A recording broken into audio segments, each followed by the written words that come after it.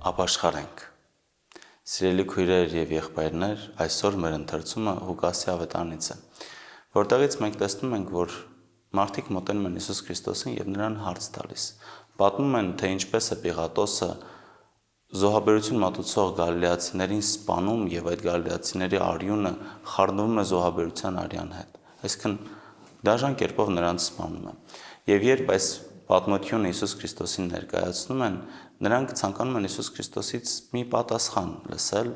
իրենց հարցին, թե ինչու է այդ ամենը տեղի ունենում։ Եվ Հիսուս Քրիստոս նրանց ասում է.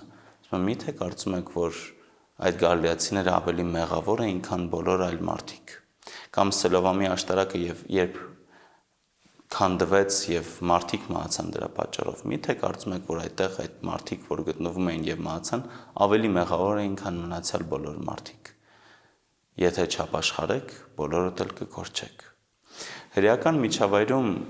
կար այն գաղափարախոսությունը, որ երբ մարդը մահվան է արժանանում կամ որևէ վատ բանի է արժանանում, ապա դա արդյունքն է իր մեղքերի։ Եվ այդպես էլ կա։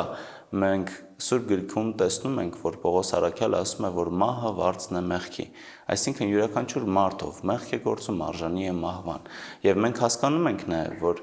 երբ մենք մեղք ենք գործում, մենք հեռանում ենք Աստծուց, իսկ Աստված կյանքն է եւ երջանկությունը, եւ երբ մենք մեղք ենք գործում եւ հեռանում ենք Աստծուց, մենք հեռանում ենք կյանքից եւ երջանկությունից, հետեւաբար գնում ենք դեպի մահ եւ դեպի դժբախտություն։ Բայց երբ այս պատմությունը Հիսուս Քրիստոսին պատմում են մարդիկ, նրանք ցանկանում են նրան փորձել, հասկանալ, թե ինչի հենց այս մարդիկ մահացան եւ ոչ թե ուրիշ մարդիկ։ Կարծես թե կարելի է եզրակացնել, որ այս մարդիկ ավելի մեղավոր էին, ավելի վատն էին, որ Աստված նրանց տարավ։ Բայց իրականության մեջ թե Սուրբ Գրքում եւ թե ապրելով այս աշխարհում մենք հասկանում ենք, որ շատ հաճախ կյանքից հեռանում են ոչ թե այն մարդիկ, ովքեր մեր դատողությամբ արժանի կլինեին մահվան, այլ այն մարդիկ, որոնց մենք իրականում անարժան ենք համարում մահվան եւ կարծում ենք, թե նրանք պիտի երկար ապրեին, պիտի ավելի լավը լինեին, պիտի ավելի լավ կյանք ունենային։ Բայց Հիսուս Քրիստոս այստեղ, երբ այս պատմությունը լսում է, հետաքրքիր մի պատասխան է տալիս։ Ասում է՝ դուք կարծում եք, թե իսկապես նրանք ավելի վատն էին։ Եթե չապաշխարեք, բոլորդ էլ կկործանվեք։ Այսինքն Հիսուս Քրիստոս մեզ բացատրում է, որ մենք բոլորս էլ մեղավոր ենք։ Եվ մենք բոլորս էլ այո, այդ տեսանկյունից արժանի ենք մահվան, որովհետև մենք մեղքով հեռանում ենք կյանքից դեպի մահը։ Մենք ինքներս ենք մեզ մեղքով տանում դեպի մահը։ Բայց Աստված փրկում է մեզ մահվանից ամեն օր։ Աստված պահում է մեզ ամեն օր։ Հնարավորություն է տալիս մեզ ուղղվելու, կատարելագործվելու, ձգտելու դեպի Աստված։ Եվ երբեմն, երբ ինչ-որ մի օր, ինչ-որ մի պահի մեկը մահանում է, մենք չարանում ենք Աստծո դեմ եւ ասում ենք՝ ուր է այդ Աստված, որ թույլ տվեց, որպեսզի այս մարդիկ մահանան։ Հետաքրքիր մի պատմություն կա։ Դասախոսը մի անգամ, երբ քննություն է անցկացնում, լսարանում աշակերտների 80%-ը պատրաստված են լինում, 20%-ը ոչ։ Նա բարի է գտնվում, այսպես ասած, եւ այդ 20%-ին նույնպես նշանակում է բավարար գնահատական։ Հաջորդ քննությանը 40%-ն են անպատրաստ լինում, այս 40-ն էլ է ներում։ Երրորդ անգամ, երբ քննություն է տեղանում եւ 60% անպատրաստ են լինում, նա բոլորին ոչ բավարար գնահատական է նշանակում եւ բոլորը նրանից նեղանում են, ասելով թե ինչու դու մեզ չներեցիր։ Եվ ասում են, թե դա անարդար է։ Եվ դասախոսը ասում է, այո, ճիշտ է, դա անարդար է։ Ես հիմա կբացեմ մատյանը եւ առաջին քննության եւ երկրորդ քննության համար ձեզ բոլորիդ անբավարար կնշանակեմ, որովհետեւ դուք բոլորը տապալել եք քննությունը։ Իրականում մենք Աստծո ողորմությունը շատ հաճախ սխալ ենք հասկանում։ Մենք կարծում ենք, թե Աստված պարտավոր է մեզ ներել։ Մենք կարծում ենք, թե Աստված պարտավոր է մեզ պահել։ Ոչ, Աստված պարտավոր չէ, բայց անում է, ներում է, պահում է, առաջնորդում է, սիրում է մեզ։